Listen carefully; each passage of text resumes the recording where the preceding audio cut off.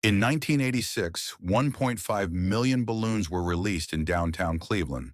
Charity fundraiser and a way to put the growing city of Cleveland on the map. But instead of being remembered as an impressive spectacle, it would go down in history as a fatal disaster. The event was called Balloon Fest, and it was Cleveland's way of trying to rebrand.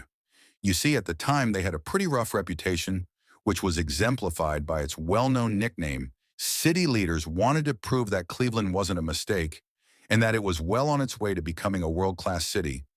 The previous year, Disneyland had claimed the Guinness World Record for the biggest simultaneous balloon launch, and for some reason, the city leaders thought that outdoing Disneyland was the perfect way to start cleaning up Cleveland's image soon after the United Way of Cleveland developed their ambitious plan to launch nearly 1,500,000 balloons over the city. The event required 6 months of planning, including the construction of a net the size of a city block. It took thousands of volunteers hours to fill the balloons, and finally on September 27, 1986, the day of Balloon Fest arrived as these final preparations were underway in downtown Cleveland. A very different story was unfolding just to the east on Lake Erie. The previous night, a severe storm had rolled through the area. They want to remind everybody in part of Ohio, we continue with that severe thunderstorm watch until 1 a.m. And about an hour before the storm, two men had gone out fishing on the morning of the 27th, the day of Balloon Fest. The two men were reported missing by their families. Their boat was found abandoned on the lake, and authorities suspected that the men had fallen overboard. Because of the weather, the Coast Guard immediately began a search and rescue operation. Meanwhile, in Cleveland's public square, over 100,000 people had gathered to witness the balloon launch.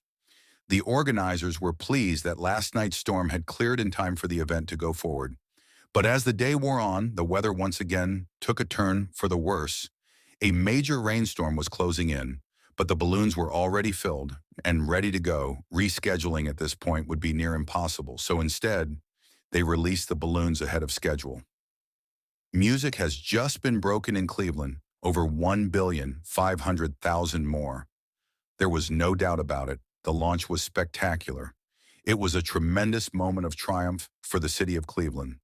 But unfortunately, this moment of triumph did not last long.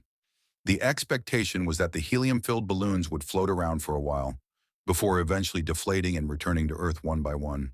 But that wasn't what happened, and the wind has just shifted just enough that the balloons are now trailing fast.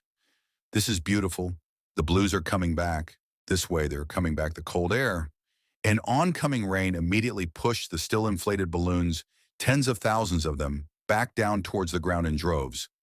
The result was mass chaos. Balloons, 1.5 million of them, caused quite a stir in Cleveland yesterday. It was part of the northerly wind quickly carried the balloons to Burke Lakefront Airport, and within minutes the runways were so clogged that all flights had to be suspended. The balloons also started to descend on certain streets, and after a number of car accidents, these roads had to be closed until a bulldozer arrived to clear out the balloons. As all this was going on, the Coast Guard was still out looking for the two missing fishermen. Ironically, that big balloon launch at Cleveland today is one of the things that's making the search so tough, for the Coast Guard balloons had descended on Lake Erie in massive quantities. 60 of the balloons launched landed here. Instead of the planned 10, it's like trying to find a needle in a haystack.